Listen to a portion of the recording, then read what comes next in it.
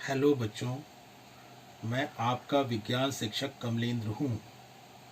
आज हम लोग विज्ञान के अध्याय 10 प्रकाश परावर्तन व अपवर्तन के अंतर्गत क्रियाकलाप 10.10 के बारे में जानकारी प्राप्त करेंगे, जो कांच के आयताकार स्लैब से अपवर्तन पर आधारित है।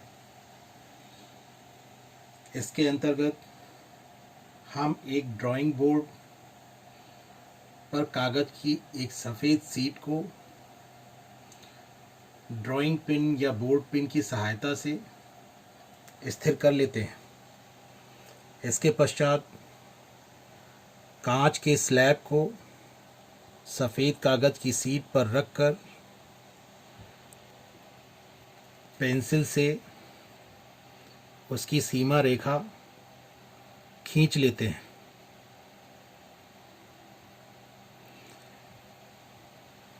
इसके बाद दो पिनें ऊर्ध्वाधरता सफ़ेद कागज़ पर इस प्रकार लगाते हैं कि उनको मिलाने वाली रेखा स्लैब के सम्मुख फलक या पृष्ठ पर कोई कोण बनाती हुई हो। इसके पश्चात हम कांच के स्लैब के विपरीत और स्थित पृष्ठ से पहली दोनों पिनों के प्रतिबिंबों को देखते हैं। इस तरफ से देखते हैं और दो अन्य पिनें तीसरे नंबर की और चौथे नंबर की पिनों को इस प्रकार लगाते हैं कि पहली दोनों पिनों के प्रतिबिंब और तीसरी और चौथी पिन एक सीध में स्थित हों। हम इस विपरीत ओर वाले पृष्ठ की ओर से देखते हैं। इस स्थिति में हमें पहली पिन और दूसरी पिन के प्रतिबिंब इस ओर दिखाई पड़ते हैं। उन्हीं की सीध में तीसरी और चौथी पिन को हम इस ओर लगा देते हैं ऊर्ध्वाधरता। इसके पश्चात हम पिन और स्लैब को हटा लेते हैं और इस प्रकार हमको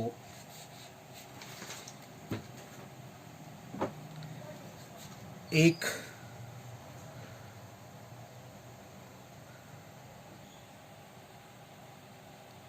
इस प्रकार का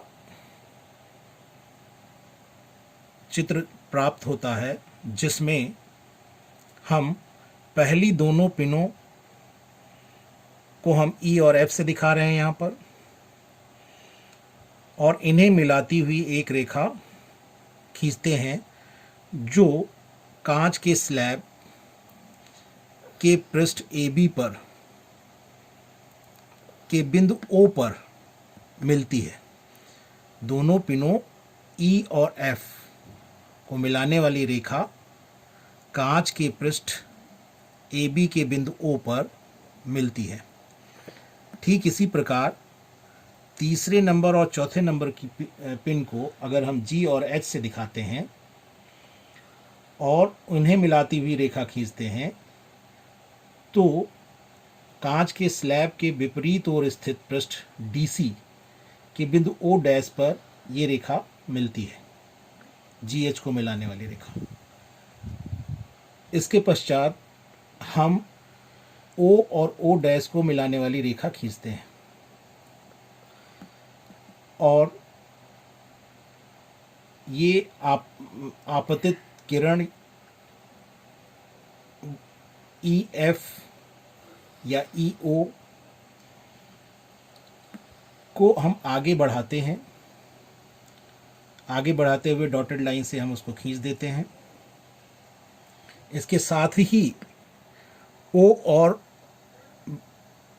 आपतन बिंदु O पर एक अभिलंब n डैश खींचते हैं। इसी प्रकार बिंदु O डैश पर भी एक अभिलंब m डैश खींचते हैं। इस प्रकार हम देख रहे हैं आपतित किरण और अभिलंब के बीच में आपतन कोण I1 बन रहा है और अपवर्तित किरण OO डैश और अभिलंब ON डैश के बीच में अपवर्तन कोण R1 बन रहा है और DC पृथक्करण तल पर OO डैश जो अपवर्तित किरण है वो आपतित हो रही है और इस तरह से ये अपवर्तित किरण इस तल के लिए आपतित किरण हो जाती है और यहाँ पर आपतन कोण I2 बनता है और इस प्रकार O डैश H किरण अपवर्तित किरण होती है जो कि कांच के स्लैब से बाहर निकलती है, इसलिए हम इसको निर्गत किरण कहते हैं। यहाँ पर हम देख रहे हैं कि आपतित किरण की दिशा और निर्गत किरण की दिशाएं समांतर हैं और इसका कारण यह है कि AB पृथक्करण तल और DC पृथक्करण तल के दोनों ओर जो माध्यम है वो समान है। इस कारण प्रकाश की किरण समान रूप से या समान मात्रा में, समान परिमाण में मुड़ती है, परंतु विपरीत ओर मुड़ती है। यह हमें ध्यान रखना है। इसी कारण यहाँ पर निर्गत किरण और आपतित किरण की दिशाएं समांतर होती हैं। हम देखते हैं कि आपतित किरण की दिशा और निर्गत किरण की दिशा के बीच आंशिक लंबवत दूरी है। इस आंशिक लंबवत दूरी O डैश L को हम पार्श्व विस्थापन कहते हैं।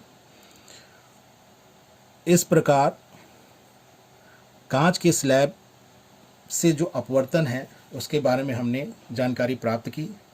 इस वीडियो में बस इतना ही। धन्यवाद।